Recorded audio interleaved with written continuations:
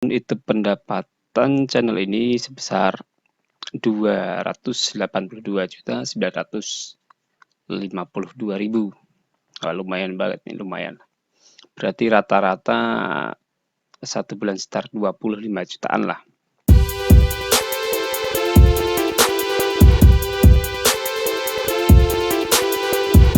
Halo bosku, kembali bersama saya Al, dan kali ini saya akan membedah pendapatan YouTuber dari konten reupload untuk motivasi kalian yang mungkin sedang patah semangat nge-YouTube. Sebelum itu, saya selalu mendoakan semoga kalian beserta keluarga dalam keadaan sehat dan bahagia selalu ya. Oke bosku, mungkin bukan cuma saya, tapi kalian juga yang sering kali geram ketika melihat tutorial-tutorial yang tidak jelas mengenai per-YouTuban. Maksud saya, konten tutorial tersebut berisi konten yang belum dibuktikan sendiri oleh pembuatnya apakah terbukti menghasilkan cuan atau tidak, dan kebanyakan hanya mengambil referensi dari channel YouTube lain gitu. Nah, pendapatannya pun dilihat dari social blade ya, dan itu mungkin kurang nyata kayak gitu ya. Nah, jangan sampai kita udah capek-capek bikin konten, tahu-tahu hasilnya zong alias ditolak monetis. Pada kenyataannya tidak semua konten kreator menghasilkan cuan dari AdSense ya. Sebagian konten kreator menghasilkan cuan dari paid promote atau endorse, meskipun memang sebagian besar menghasilkan dari AdSense sih. Namun untuk kalian yang belum juga memenuhi syarat monetis atau ditolak monetisasi, bisa mengambil opsi paid promote atau promosi berbayar melalui video pendek yang diselipkan di antara konten kalian. Nah, itu biasanya ada lumayan banyak ini sih yang minat juga melalui promosi tersebut. Besaran pendapatannya pun beda-beda ya, mulai dari 500.000 sampai 8 juta, tergantung subscriber dan view-nya, untuk yang saya ketahui sih. Untuk kalian yang masih ngebet dan bertekad keras untuk menghasilkan cuan dari AdSense namun belum juga memenuhi syarat monetis, jangan patah semangat. Memang YouTube ini agak-agak gampang-gampang susah ya, tapi jika rajin upload konten insya Allah hasilnya tidak akan mengikuti proses sih. Nah, berikut saya akan bedah pendapatan per bulan dari AdSense langsung dari dashboard YouTube Studio sebagai motivasi buat kalian nih. Dan pendapatan ini di luar endorsement manapun ya, ataupun paid promote manapun, dan ini real. Kontennya apa? Kontennya reupload. Namun nanti akan saya jelaskan mengenai resiko dari konten reupload sendiri itu dan apakah baik untuk dilakukan secara kontinu atau tidak gitu ya. Oke teman-teman, kita masuk langsung di dashboard YouTube kita nih. Kita masuk di back office. Ini pada bulan ini yaitu bulan bulan Agustus 2021. Estimasi pendapatan 18 juta ya, 18 juta lumayan lah. Dari berapa tayangan? Dari 3,6 juta tayangan. Ini bisa dikatakan meningkat dari bulan kemarin tapi menurun dari yang sebelumnya. Sebelumnya bisa satu bulan sampai 80 juta sampai 20 juta ke atas. Ini Agustus. Kita coba lihat yang Juli ya.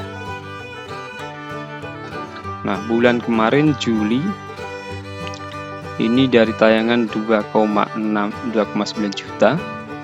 Waktu tonton tidak terlalu ngaruh sih, sekitar 190.000. Nah, ini pendapatan sekitar 15 juta. Nah, kita coba lihat pendapatan segitu itu dari berapa RPM-nya. Nah, ini estimasi pendapatan bulan Juli menurun 48% teman-teman. RPM, nah ini RPM-nya lumayan kecil ya, cuma sekitar Rp5.000. Kemudian CPM-nya Rp14.000. Nah, ini menurun 48%. Kenapa? Kita lihat nih. Karena bulan Juni itu pendapatannya 29 juta. Ya, lumayan lah ya. Oke. Tapi sekali teman-teman, ini bukan pamer ya. Ini untuk memotivasi kalian bahwasanya masih ada harapan masih ada peluang untuk kita sama-sama meraih kesuksesan di YouTube kayak gitu. Meskipun dengan konten-konten yang ya oke lah, bisa dikatakan reupload untuk sementara waktu lah ya. Oke, kita coba lihat yang bulan sebelumnya lagi, Maret, April. Oke, kita coba ke Maret, April, Mei. Oke, itu perbandingan 3 bulan ini lah ya, dari mulai Oke, sekarang kita coba yang ini.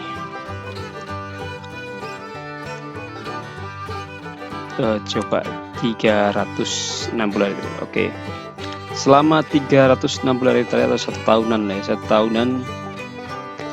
Selama 1 tahun itu pendapatan channel ini sebesar 282.952.000. Lumayan banget nih, lumayan. Berarti rata-rata 1 bulan sekitar 25 jutaan lah, 25 juta. Tapi akhir-akhir lumayan menurun teman-teman, karena beberapa sebab, diantaranya persaingan semakin ketat lah ya. Tapi yang lumayan. Pendapatan 2020. Nah, pertanyaannya ya, dalam satu video kita bisa memperoleh berapa juta rupiah sih, atau berapa pendapatannya kayak gitu ya. Nah, kita coba masuk ke area konten ya. Jadi pendapatan per video itu beda-beda. Kalau misalkan ini kita lihat, yang paling atas itu penayangan 300.000. Kita cek analisisnya. Nah, penayangan 300.000, kemudian pendapatannya 1.200.000. 1.200.000. Nah, ini RPM-nya 4.900. Ini saya katakan kecil nih dibandingkan video yang lain. Karena video yang lain juga ada yang cuma 200.000 nih, coba saya bandingkan. Ini 200.000 viewer. Cek.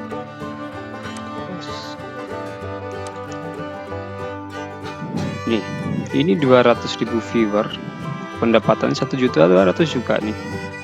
Nah, cuma RPM-nya 5.000 lebih tinggi ya. Oke, ini kalau kita coba lihat yang kecil ya, yang cuma 41.000 tayangan kayak gitu, itu berapa pendapatannya? Nah, ini pendapatannya 190.000 ya. RPM-nya juga kecil tapi lumayan. RPM-nya 4.800, CPM-nya 13.000. Ini tayangannya 41.000. Nah, jadi memang tidak semua video nanti akan naik tayangannya banyak, tidak semua video juga akan drop teman-teman. Ada yang banyak, ada yang sedikit juga gitu.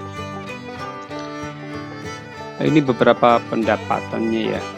Nah, itu teman-teman, itu semua konten di sini konten re-upload ya. Dalam artian re-upload yang memenuhi fair use gitu. Jadi teman-teman, sebenarnya konten YouTube re-upload itu masih bisa, yang penting fair use, penggunaan wajar. Nah, itu contoh pendapatannya. Semoga teman-teman masih tetap fighter nih ya. Oke. Kabar baiknya fair use masih bisa, tapi kabar buruknya untuk beberapa channel re-upload seperti konten kompilasi reaction gitu, per Juli 2021 itu sudah tidak bisa diajukan monetis teman-teman ya. Jadi kalaupun bisa, peluangnya kecil. Kabar baiknya untuk channel yang sudah monetis itu tetap bisa menghasilkan uang. Contoh konten-konten kompilasi reaction gitu masih bisa tuh. Nah, setelah melihat tadi teman-teman, saya ingin bagi beberapa kunci nih, beberapa kunci yang ingin saya bagikan untuk membangun channel semacam itu ya. Nah, pertama, channel tersebut bukanlah channel yang dibuat dari nol, namun channel beli gitu. Hal ini dimaksudkan agar meminimalisir teguran YouTube mengenai fair use. Jadi biasanya saya lebih memilih beli channel yang sudah monetis, yang sudah tinggal upload konten gitu. Nah, tinggal ngupload rutin aja, ngupload rutin aja, nanti channel bisa naik. Nah, 2, rutinitas upload menjadi kunci utama sih agar konten kita mendapat rekomendasi YouTube. Namun masing-masing channel itu memiliki karakter yang berbeda ya. Ada yang mudah naik, ada juga yang susah gitu. Itu pengalaman saya setelah mengelola beberapa channel, baik yang beli maupun yang mengembangkan dari nol. Kalau misalkan ada yang tanya lebih enakan beli atau yang dari nol, lebih enakannya kalau langsung monetis, kalau langsung hasilnya beli. Tapi kalau misalkan mau dari nol juga nggak apa-apa sih, malah lebih bagus gitu. Jadi subscribernya bisa terarah. Nah, 3 konten dengan genre sejenis mudah mendapat rekomendasi. Jadi kalau teman-teman nanti mengelola channel semacam ini, genrenya harus sejenis apa yang nice, atau jenis konten yang diupload harus jenis kayak. Yang keempat, pemilihan judul dan thumbnail sangat berpengaruh pada klik tayangan nih.